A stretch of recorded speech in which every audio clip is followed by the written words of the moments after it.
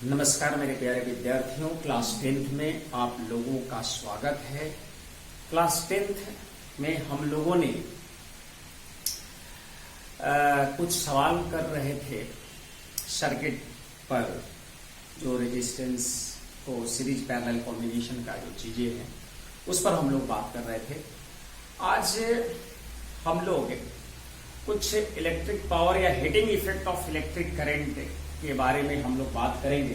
मैं आपको यहाँ पर ये बता दूं कि heating effect of electric current जो एनसीईआरटी में पहले दिया हुआ है उसके बारे में 1 मिनट हम लोग काम करने जा रहे हैं। Heating effect of electric current जो एनसीईआरटी में पहले जो दिया हुआ है इसके बारे में हम लोग थोड़ा सा समझेंगे कि क्या दिया हुआ है। मैं आप लोगों को पढ़ाने के क्रम में मैं ये बताना भी चाह रहा हूं कि एनसीईआरटी की किताब कितनी महत्वपूर्ण है।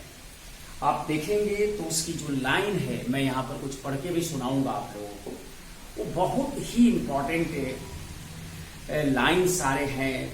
अगर उसको थोड़ी सही तरीका से स्टडी की जाए तो मुझे लगता है कि आप एक बहुत ही अच्छा प्लेटफॉर्म सेट कर सकते हैं किसी भी तरह की जो भी चीजें आप लोग तैयारी करते हैं।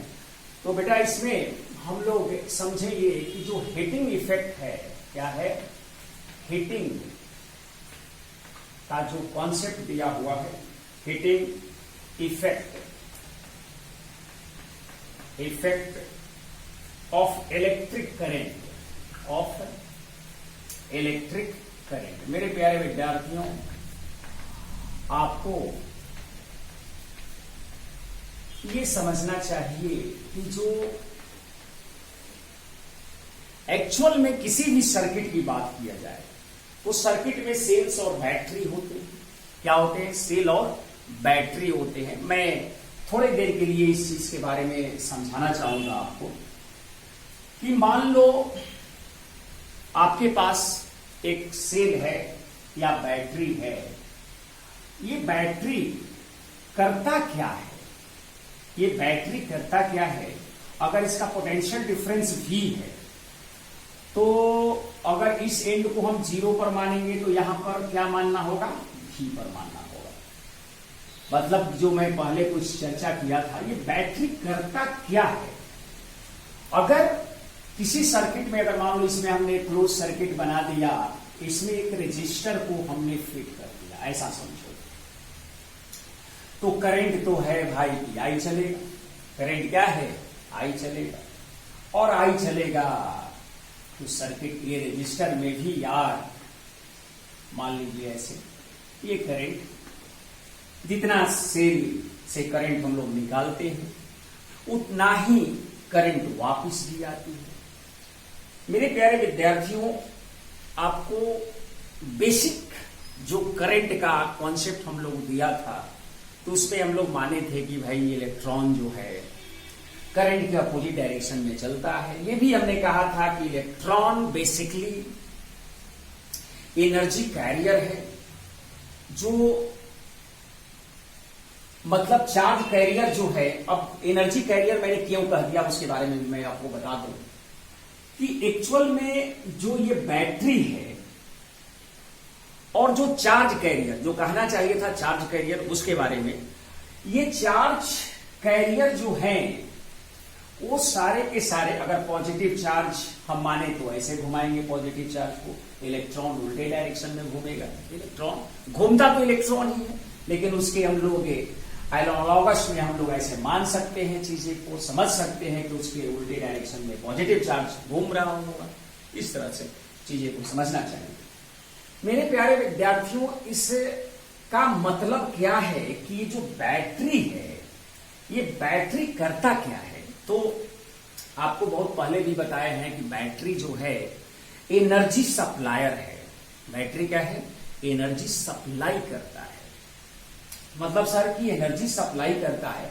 अगर सोचो जरा कि इस सर्किट में क्यू चार्ज फ्लो कर रहा है, क्यू चार्ज T टाइम तक फ्लो कर रहा है, तो I बराबर कितना लिख सकते हो? Charge by time. Charge by time, बिल्कुल सर। आई बराबर चार्ज बाई टाइम होगा। मतलब सर कि जो आई का मान है ये क्यू, ये मान लो सर्किट में टी टाइम में घुमा है, तो जो एवरी सेकेंड फ्लो होता है वही करंट का मेजरमेंट होता है, तो चार्ज बाई टाइम आई की वैल्यू है। एक बात सोचो कि जब कोई पॉजिटिव चार्ज की बात करें तो यहां पर उसकी एनर्जी Q इंटू वी है। ये एनर्जी यहां से चला, मतलब जो चार्ज एनर्जी ढोकर ले जा रहा है, वो सर्किट में फैन लगा हुआ है, तो फैन को चलाने में जो एनर्जी यूजफुल वर्क में जो एनर्जी, कुछ एनर्जी यूजफुल वर्क में यूटिलाइज हुआ, कुछ हीट में जेनरेट हो गया, और फाइनली फिर यहां पर एनर्जी आकर खत्म हो जाता है। मतलब ये जो एनर्जी थी Q इंटू वी, पूरे सर्किट में घूमने के बाद ये जो बल्ब है, बल्ब जल रहा है, फैन चल रहा है, एसी चल रहा है, रेफ्रिजरेटर्स में ये सारी चीजें जो है खर्च करके फिर यहां पर ये जो है भिखारी के जैसा आता है। बैटरी इतना दयालु है, तुरंत एनर्जी उस पर लोड करता है, और ये प्रोसेस चलता रहता है, इसी तरह से होती है। तो बेसिकली इसमें जो पावर डिसिपेटेड की चर्चा हम लोग करेंगे, पावर डिसिपेटेड की चर्चा, आपको बताया गया होगा कि जो पोटेंशियल डिफरेंस होता है वो क्या होता है, work done by external agent, work done by external agent per unit charge. तो यहां पर तो सेल है सर, तो वर्क डन बाय सेल यहां लिख सकते हैं, या बैटरी जो भी है, तो वर्क डन बाय सेल जो है आप क्या लिख दोगे, Q into V sir, Q into V. Battery ने वर्क किया, किस पर किया भाई, तो चार्ज पर किया। किस पर किया, चार्ज पर, क्योंकि एनर्जी जो है ये लोड कर रहा है। Work done by the cell is equal to Q into V, और Q वी क्या है, पोटेंशियल डिफरेंस, और Q चार्ज फ्लो हम लोग माना, टी टाइम में माना, तो ये इस तरह से हम लोग मान सकते हैं कि वर्क डन बाय सेल जो है Q इंटू वी हुआ। बिल्कुल सर, बिल्कुल। एक और इसके अंदर की कहानी मैं बता दो, एनसीईआरटी की लाइन ही मैं पढ़ देता हूं, आप थ्रोली क्यों मैं ऐसा करता हूं, मैं ऐसा ही क्यों करता हूं, ये भी एक बहुत बड़ी बात है। मैं चाहता हूं कि आप एनसीईआरटी की किताबों को 2 से 3 टाइम्स पढ़ें। आप जब जब पढ़ेंगे ना तो कुछ नई नई चीजें इसमें मिल जाएंगी। मेरे प्यारे विद्यार्थी, मैं heating effect of electric current का जो पैरा है उस पैरा को पढ़ रहा हूं। इसने बहुत खूबसूरत ढंग से प्रेजेंट किया है। आप पढ़ोगे और मेरी बातों को समझोगे तो तुम्हें वाकई पता चलेगा कि क्या बात लिखा है एनसीईआरटी में। मैं बार बार कहता हूं, क्लास 9th में पढ़ने वाले स्टूडेंट, क्लास 10th में पढ़ने वाले स्टूडेंट, क्लास 11th और क्लास 12th में पढ़ने वाले स्टूडेंट को एनसीईआरटी पढ़ना ही चाहिए। आप पिछले, मैं ये नहीं कहता हूं कि 8वीं 7वीं और 6वीं के बच्चे को नहीं पढ़ना चाहिए भाई, मैं यहां पर ये इस पर बल दे रहा हूं कि आप जितनी बार एनसीईआरटी पढ़ो, ये मत बोलो कि ये छोटा किताब है, इसमें इतनी चीजें लिखी गई है कि अगर उसी को एनालाइज कर लिया जाए तो आपको लगेगा कि सारी की सारी चीजें तो इसी में से है। थोड़ी बहुत चीजें जो है, हमने भी बहुत सारे किताब को देखा, बहुत सारे ऑब्जर्वेशन जो ऑनलाइन की चीजें हो रही है उनको भी मैंने देखा, तो मुझे लगा कि जो इंडिया के टॉप मोस्ट लोग हैं, जो फिजिक्स के बहुत जानकारी रखने वाले लोग हैं, तो डे बाय डे हम लोग भी लर्निंग प्रोसेस के थ्रू कुछ ना कुछ सीखते रहते हैं। तो मेरे प्यारे विद्यार्थियों, वो सारे टॉप मोस्ट लोग एनसीईआरटी को पकड़कर ही पढ़ा रहे हैं। और मैं ये भी बता दूं कि एनसीईआरटी में जो भी चीजें लिखी गई है उसी को डेप्थ में जाया जा रहा है। और ये भी अभी तक ले हिस्ट्री रहा है कि जो जेईई मेंस का एग्जाम हो रहा है या नीट लेवल का जो एग्जाम हो रहे हैं, एटलीस्ट 80% सवाल आप देखोगे तो 11th 12th की एनसीईआरटी, 9th 10th की एनसीईआरटी अगर कोई पढ़ा है 3 से 4 टाइम्स तो 70 से 80% सवालों खुद कर सकता है। थोड़ी सी जो मोटिवेशन की आवश्यकता है, जहां पर बच्चे नहीं पहुंचते हैं, वो टीचर गुरुजन लोग ने उसको आसान करके चीजें को रखते हैं। लेकिन फिर भी मेरा रिक्वेस्ट है, मेरा गुजारिश है कि बच्चे एनसीईआरटी को 2 से 3 टाइम्स पढ़ें। देखिए, मैं heating effect of electric current की जो कहानी है, जो भी चल रहा है, इसी में हम चर्चा कर रहे हैं। बेटा, इसमें लिखा हुआ है कि we know that a battery और a cell is a source of electrical energy. Yes, हम आपसे बार बार कहते हैं कि ये सोर्स इलेक्ट्रिकल एनर्जी का है या चार्ज का है, तो आपका आंसर क्या होना चाहिए? इलेक्ट्रिकल एनर्जी का है। मेरे प्यारे विद्यार्थियों, कभी भी ये चार्ज प्रोड्यूस नहीं करता है। बैटरी कभी चार्ज प्रोड्यूस नहीं करता है। बैटरी ऑलवेज सप्लायर एनर्जी है। क्या है? सप्लायर एनर्जी है, सोर्स ऑफ एनर्जी है।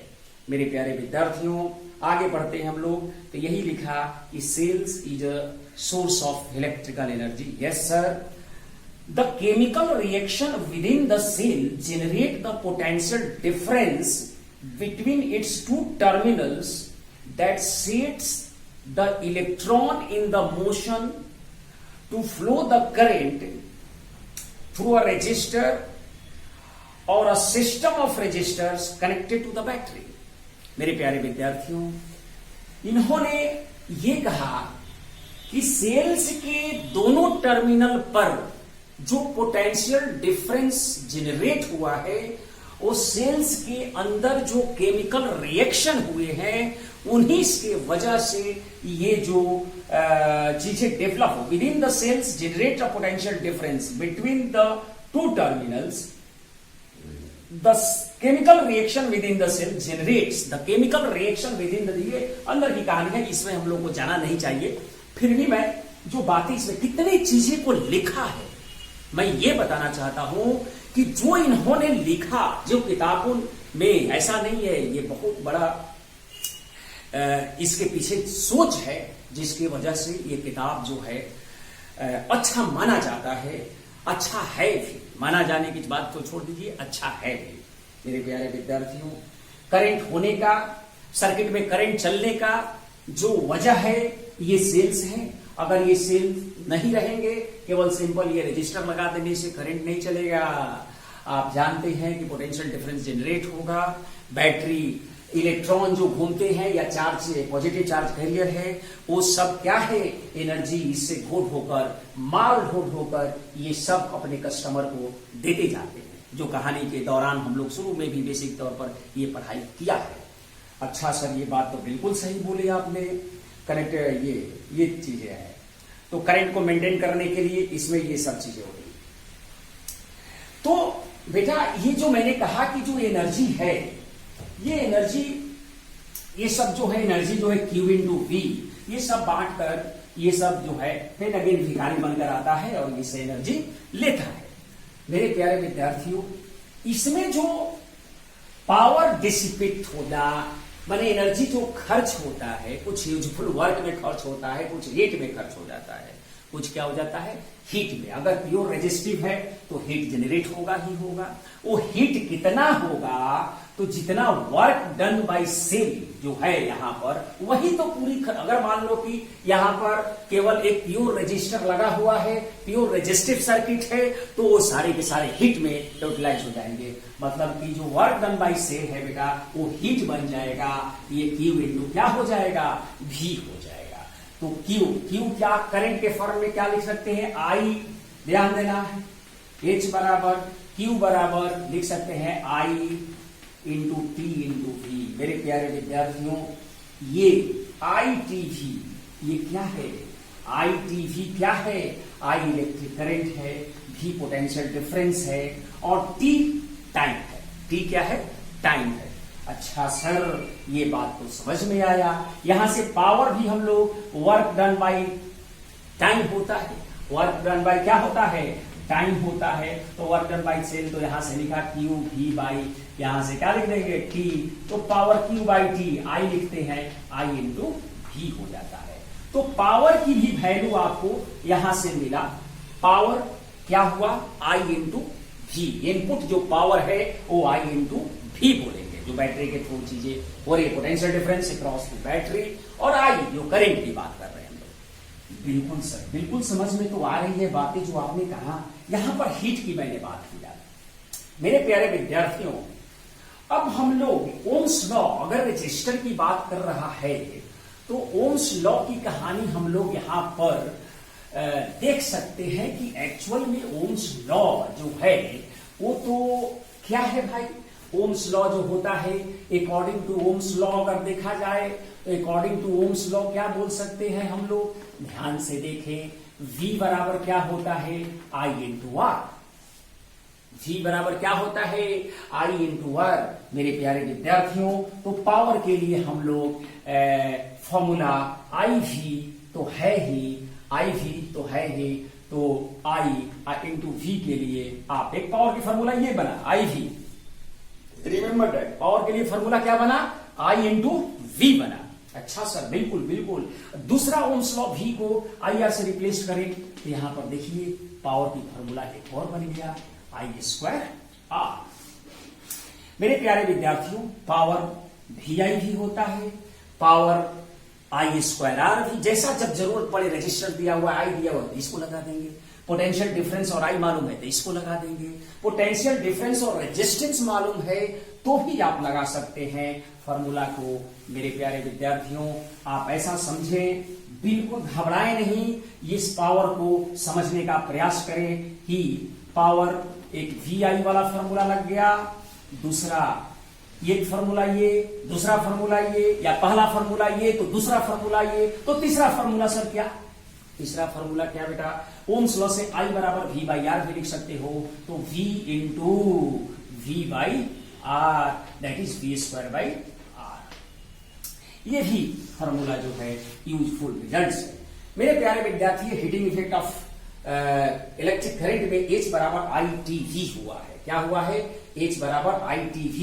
ये थोड़ा बहुत हमने पावर की चर्चा भी कर दी यहाँ पर, साथ साथ हम लोग यहाँ पर ITV में भी, यहाँ भी ओम्स लॉ को यूज कर कर हम लोग फॉर्मूला को आगे बढ़ा सकते हैं। ये H प्योर रेजिस्टिव के केस में V बराबर IR लिखें तो H बराबर क्या लिख सकते हो, I square RT, I square RT।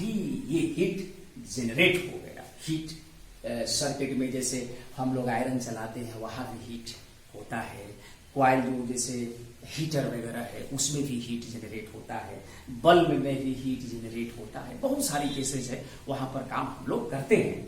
मेरे प्यारे विद्यार्थियों, अब हम ये भी बता दें कि H का मान जो I स्क्वायर RT है, this is known as Joule's law of heating. इसको क्या बोलते हैं हम लोग, जूल्स लॉ ऑफ हीटिंग। इसको क्या बोलते हैं, एनसीईआरटी के किताब में जो बातें लिखी हुई है उसको कभी हम लोग छोड़े नहीं, इसको लिखा गया है जूल्स लॉ ऑफ हीटिंग। क्या लिखा गया है इसको, जूल्स लॉ ऑफ हीटिंग। आप एनसीईआरटी की किताब देखेंगे तो आपको कहीं से कुछ दिक्कत नहीं होने वाली है, ये सब नोट कर लें। इसके बाद इसमें हम लोग कुछ और बातें करने वाले हैं, एक न्यूमेरिकल्स देखेंगे इसमें, और H बराबर I स्क्वायर RT को जो आपको जूल्स लॉ ऑफ हीटिंग के नाम से जाना गया है, तो आप देखोगे कि जो H बराबर है, देखो बेटा H बराबर I स्क्वायर RT में, I स्क्वायर RT में मतलब कि जो ऐसे मान सकते हैं एक रजिस्टर R, इसमें करंट I T टाइम तक अगर पूछा जाए, हीट के बारे में T टाइम तक अगर पूछा जाए, यही फॉर्मूला हम लोग इसमें लगा लेंगे। ये किसी सर्किट का पार्ट है, जो क्लोज सर्किट है उसमें से कुछ पार्ट हम लोग निकाल कर दिखाए हैं यहाँ पर। IRT अगर दिया हुआ है तो आप निकाल सकते हैं, अगर दिया हुआ है तो क्या कर सकते हैं, निकाल सकते हैं। अच्छा सर, अच्छा H जो है, देखिए ध्यान से इसमें लिखा हुआ है बेटा, मैं कोई दूसरा चीज पहले नहीं पढ़ा रहा हूं, जो किताब में दिया हुआ है वही पढ़ा रहा हूं। देखिए कह रहा है कि this is known as H बराबर I square RT is known as Joule's law of heating. The law implies that heat produced in a resistor is directly proportional to the square of current. ये जो है H जो है directly या आई square का होगा जब आर एंड टी को हम फिक्स कर ले। आर एंड टी को क्या करें? फिक्स कर ले। Directly proportional to the square of current for given resistance. For given resistance means एक खास रेजिस्टेंस के लिए अगर हम काम कर रहे हैं तो एच जो है I for a given register, for a given register. H की वैल्यू बेटा प्रोपोर्शनल टू आर होगा। दूसरा इसका रूल देखें कि ये डायरेक्टली प्रोपोर्शनल टू रेजिस्टेंस होगा for a given current. For a given current means current क्या है? फिक्स कर दिया जाए तो हम लोग जिसमें ज्यादा रेजिस्टेंस होगा, अगर करंट फिक्स है तो जिसमें ज्यादा रेजिस्टेंस होगा उसमें ज्यादा हीट। और एच जो है डायरेक्टली प्रोपोर्शनल टू टी का होगा फॉर, देखिए क्या लिखा है, directly proportional to the time for which current flows through the resistor, for directly proportional to the time for which current flows through the resistor. In practical situation, when an electric appliances is connected to a source of voltage जो भी दिया हुआ है, used after calculating the current, it means current अगर potential difference मालूम है तो वही बात कहने का मतलब है कि आई बराबर वी बाई आर की बात कर रहा है। तो ये सारी चीजें हम लोगों को ये बात आने की कोशिश किया है, जिसके वजह से हम लोग इसमें जो पहला एग्जाम्पल है उसको कुछ सॉल्व करने का प्रयास करें। मेरे प्यारे विद्यार्थियों, एच बराबर आई स्क्वायर आर टी, एच बराबर आई स्क्वायर आर टी, ये हीट जनरेट का सवाल इससे बनेगा। एक बार फिर से लिख दूं, पावर के लिए क्या फॉर्मूला है? तो V बाई आई है, V इंटू आई है। तीसरा ये जूल्स लॉ ऑफ हीटिंग भी कहलाता है, इसको हम लोग आई स्क्वायर आर भी लिखते हैं। तीसरा फॉर्मूला मैंने बताया P बराबर V स्क्वायर बाई आर भी होता है। अगर आई की जगह पर चार्ज बाई टाइम भी लिखा जा सकता है, चार्ज को भी फ्लो कराया जा सकता है। डोंट वरी अबाउट इट, क्योंकि जो चीजें आपको पहले से जानकारी दी गई है वो बहुत तगड़ी दी गई है, इसलिए सवाल आपसे बनेंगे। पहला सवाल मैं बेटा इसमें लिखूंगा आपके सामने, जो 12.10 एग्जाम्पल्स है, पहले इसको करेंगे, इसके बाद और आगे की कहानी है। ये मत समझना कि ये चीजें खत्म हो चुकी है। हमने पहले जो चीजें फाइनल टच एक दे देते हैं, अभी इलेक्ट्रिक करंट चलेगा और अच्छा खासा चलेगा। इसमें सवाल अभी किरचॉफ्स लॉ बताना है, किरचॉफ्स का जो दोनों लॉ है, जंक्शन लॉ, वोल्टेज लॉ है, उस पर सवाल है, सर्किट थ्योरी है, बहुत सारी चीजें हैं जो कि अभी सिखाना है। व्हीटस्टोन ब्रिज है, ये सब चीजें आप लोगों को धीरे धीरे कुछ बताना है, इसलिए घबराइएगा मत। अभी फिलहाल जो हम बता रहे हैं वो एनसीईआरटी की रिगार्डिंग चल रहे हैं। आज की लेक्चर केवल 10th class point of view से चल रहा है, इसको ध्यान दें हम लोग। देखो बेटा, ये सवाल लिखा हुआ है कि an electric iron, page number 217, page number NCERT class 10th, NCERT class 10th। Remember that an electric iron consumes energy at rate of 840 what. मैंने ये नहीं बताया बेटा कि पावर का, क्योंकि पावर जो है उसकी जो एसआई यूनिट है वाट है, और 1 watt is equal to 1 joule per second होता है। 1 वाट, क्योंकि 9th क्लास में वर्क पावर की एनर्जी में आप लोग पढ़ा होगा, फिर भी मेरा धर्म है इस चीज को बताना कि इलेक्ट्रिकल पावर का भी एसआई यूनिट वही है, watt. 1 watt is equal to 1 joule per second. अच्छा सर, बिल्कुल बिल्कुल समझ में आ गया।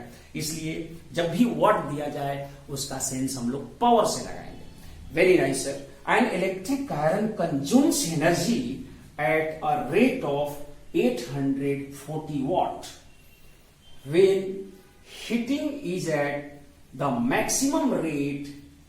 जब वो मैक्सिमम रेट से हीट हो रहा है तो उस समय एनर्जी जो कंज्यूम हो रही है 840 वाट, मतलब जूल पर सेकेंड, एक सेकेंड में 840 joule maximum rate, and 360 watt when the heating is at the rate is minimum. The voltage is 220, so what are the current and the resistance in each case? मेरे प्यारे विद्यार्थियों, जो maximum rate से हो रहा है, maximum rate से जो बातें हो रही है, मैक्सिमम रेट से उसका जो पावर दिया हुआ है वो कितना दिया हुआ है? 840 वाट है। अच्छा सर, ये क्या है? वाट है। और वोल्टेज दिया हुआ है, वोल्टेज दोनों के केस में जो बैटरी जो भी लगाया हुआ वो 220 वोल्ट दिया हुआ है, 220 वोल्ट दिया हुआ है। तो what are the current and resistance in each case? प्यारे विद्यार्थियों, पी और वी, आप सोचो पी और वी में करंट की बात कर रहा है। आई बराबर, पी बराबर क्या होता है? V into I. तो आई बराबर क्या होगा बताओ? P by V. अरे भाई 840 ये दिया है ना वाट, और भी कितना दिया है? 220। तो ये कट जाएगा, कटेगा कि नहीं कटेगा बताओ? कटेगा सर, कटेगा, कटेगा। तो कितना वैल्यू मिलेगा भाई? 84 में अगर 84 में 22 से मीन्स 84 डिवाइडेड बाई 22 करोगे तो क्या मिलेगा? ये आएगा बेटा 3.82 एम्पियर। क्या मिलेगा? 3.82 एम्पियर। अच्छा सर, ये बात तो करंट मिल गया, तो रेजिस्टेंस भी निकालना है इसका। मैक्सिमम के केस में V बराबर आई आर जो है, जब मैक्सिमम पावर जो है तो उसमें समय करंट कितना चल रहा है? ये चल रहा है। तो V बराबर आई आर। तो सर R बराबर कितना लिख देंगे?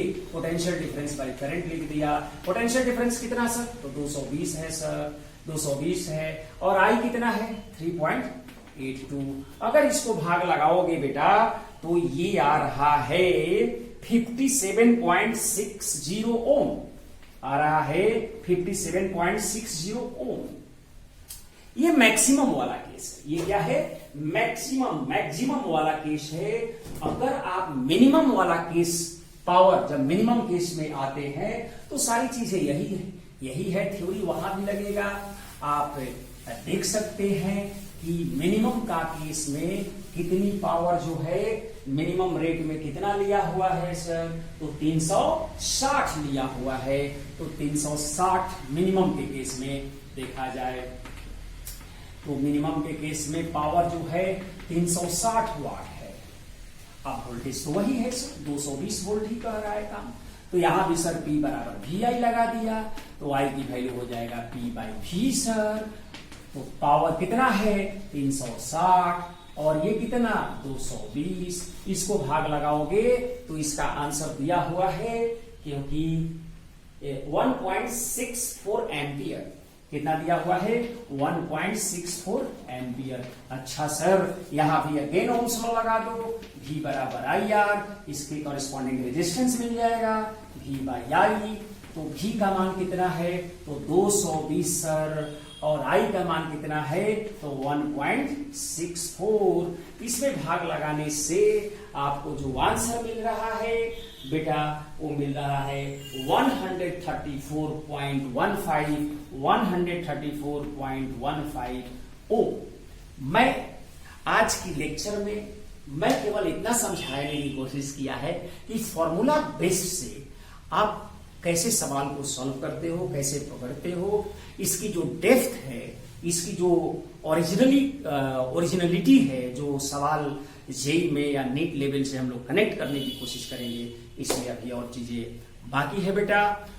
ये मैंने केवल एनसीईआरटी को हिसाब किताब से रखा था कि आज क्लास 10th लेवल पर हम बच्चों को कैसे बताएं कि क्लास 10th के जब एग्जामिनेशन होंगे तो क्या क्या कैसे कैसे पूछा जाएगा। आज के क्लास में इतना ही। पढ़ते रहिए, ईयरफोन लगा के पढ़िए, कॉपी कलम लेकर पढ़िए, और पूरी ईमानदारी से अपने आप को एनालिसिस कीजिए, और किताबों को खूब बनाइए। जितना मैं सवाल यहां बता रहा हूं आप बनाते रहिए। आज के लेक्चर में इतना ही। थैंक यू, धन्यवाद।